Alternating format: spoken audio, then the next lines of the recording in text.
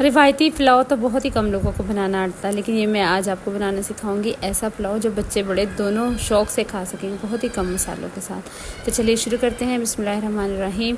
सबसे पहले मैंने 2 प्याज ले लिए मीडियम, और 1 प्याली जो है वो मैंने ले लिए भर के दही की, उसको फेंट लिया। सब्ज़ मिर्चें और अदरक जो है मैंने कूट लिया था, और 2 से 3 टमाटर जो है ना वो काट लिए। और जो आधा किलो मैंने लिए हैं चावल, और उनको बासमती चावल लेके उनको अच्छे से धो के भिगो दिया। आधा किलो ही मैंने चिकन लिया, और 1 चम्मच भरा जो है वो भर के मैंने ज़ीरे का लिए। अब हम कढ़ाई में शुरू करेंगे कि कढ़ाई में सबसे पहले हम तकरीबन 1 से 1.5 कप जो है वो हम ऑयल डालेंगे। आप घी भी डाल सकते हैं, घी में ज़्यादा मज़ेदार बनता है, आप घी ज़रूर ऐड करिएगा। अच्छा, तो उसमें हम डालेंगे प्याज, और प्याज को जो है ना वो हम जो है ना वो सुनहरा होने तक भूनेंगे। हमने इसको हमने डार्क ब्राउन नहीं करना, और इसके ऊपर ढक्कन लगा के तो इसमें पानी डालेंगे ताकि इसके छींटे बाहर ना आए। और मैं क्विक ईजी रेसिपी इसलिए बताती हूँ कि आप जल्दी जल्दी दे के तो अपने घर जल्दी जल्दी बना सका करें। और इसके बाद हम इसमें चिकन ऐड कर देंगे, और चिकन को हम अच्छे से इसके साथ भुनेंगे। 5 से 6 मिनट तक हम इसके अच्छे से भुनाई करेंगे, और इसमें हम नमक डाल देंगे। और नमक जो है वो मैंने तकरीबन 1 से 1.5 चम्मच जो है वो भर के डाला था, और आप जो है ना वो अपने घर के टेस्ट के अकॉर्डिंग डाल सकते हैं। वैसे इसमें पुलाव में नमक ज़्यादा ही अच्छा लगता है, तेज़ नमक होना चाहिए। इसमें मैंने अदरक और सब्ज़ मिर्चें जो कूटी हुई थी वो भी डाल दी, और टमाटर जो स्लाइसिस किए हुए थे, सॉरी टुकड़ों की शक्ल में काटे हुए थे, वो भी मैंने डाल दिए। और इसको हम अच्छे से भून लेंगे, और ताकि इसका जो कच्चापन है वो ख़त्म हो जाए। और अब देखिए इसमें टमाटरों की शक्ल भी बिल्कुल गल चुकी है, और चिकन भी है जो वो अच्छे से भून चुका है। और अब मैं इसमें डाल दूँगी दही। दही जो है ना वो फेंट के डालना है ताकि इसकी टुकड़ियाँ ना रहें।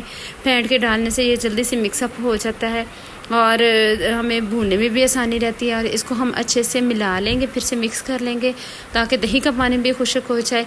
और जब दही का पानी खुश्क हो जाएगा तो इसमें हम डाल देंगे जो ज़ीरा हमने चम्मच भर के लिया था वो हम ऐड कर देंगे। अच्छे ज़ीरे को इसी स्टेज पे डालेंगे तो इसका फ्लेवर बहुत अच्छा निकल के आता है। और इसके अलावा मैंने सब्ज़ मिर्चें जो 2-4 डाली हुई थी कूट के, उसके अलावा मैंने कोई और मिर्चें इसमें ऐड नहीं की।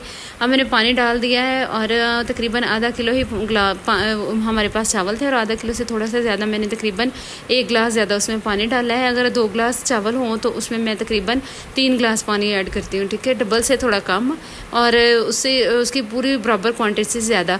अब हम इसमें चम्मच चला लेंगे। अच्छा, चम्मच जो है ना वो हमने इसे ज़्यादा नहीं चलाना, बस एक दफ़ा शुरू में चला देना है। और 3 मिनट के बाद, तकरीबन 3 मिनट के बाद चावल डालने के हम इसका नमक चेक करेंगे। नमक मुझे थोड़ा सा कम लगा था, मैंने 1 चम्मच और भर के डाल दिए। आप भी ज़रूर चेक करके तो फिर डालिएगा। और नमक जो है ना वो इसमें तेज़ होना चाहिए जब पानी में, ताकि जब वो पक जाए तो फिर उसमें जो है ना वो अच्छे वाला पूरे वाला नमक हो जाए। और इसको फिर से एक दफ़ा बस मिला देंगे, और अब इसमें चम्मच नहीं चलाना, और ना ही इसके ऊपर ढक्कन देना। जब इसका पानी बिल्कुल खुश्क हो जाएगा, इसके ऊपर मैंने सब्ज़ जो है वो सब्ज़ मिर्चें रखती थी, 4 से 5 आप रख दीजिएगा। और इसको हमने दम दे देना, और दम देते वक्त सिर्फ एक से आधे मिनट के लिए नीचे आँच रहने देने। और उसके बाद इसको वैसे ही 20 मिनट के लिए मैंने दम दिया था चूल्हा बंद करके। और अब ये देखिए मैंने दम हटा दिया, और चावल आपके सामने है कि कितने खिले खिले और कितने अच्छे बने हैं। और इसमें आपने ज़्यादा चम्मच नहीं चलाना कि चावल ना टूट जाए। और ये मेरी रेसिपी ज़रूर ट्राई कीजिएगा, और इस पर कमेंट भी कीजिएगा, और अपने सबके साथ शेयर भी कीजिएगा। Follow my channel for more quick recipes. Thank you.